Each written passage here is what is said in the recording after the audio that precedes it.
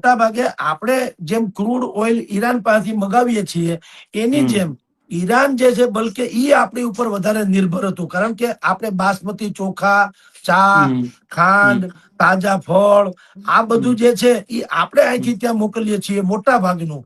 તો ઈરાનને તો આપણા કરતા ઈરાનને વધુ મુશ્કેલી, કારણ કે ઈરાન પાસેથી આપણે મોટા ભાગે તો ક્રૂડ ઓઇલ મગાવતા હતા, જેની હવે આપણી પાસે વ્યવસ્થા થઈ ચૂકી છે. એટલે આર્થિક મોરચે બીજા ઘણા લોકોએ મેં વાંચ્યું છે અનેક જગ્યાએ કે ભારતને થોડું મુશ્કેલી પડે એમ છે વગેરે વગેરે.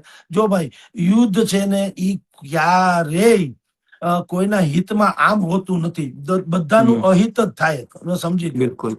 એટલે થોડું ઘણું તો તમે કોલસાની દલાલી કરવા જાવ તો કાળા હાથ તો થવાના.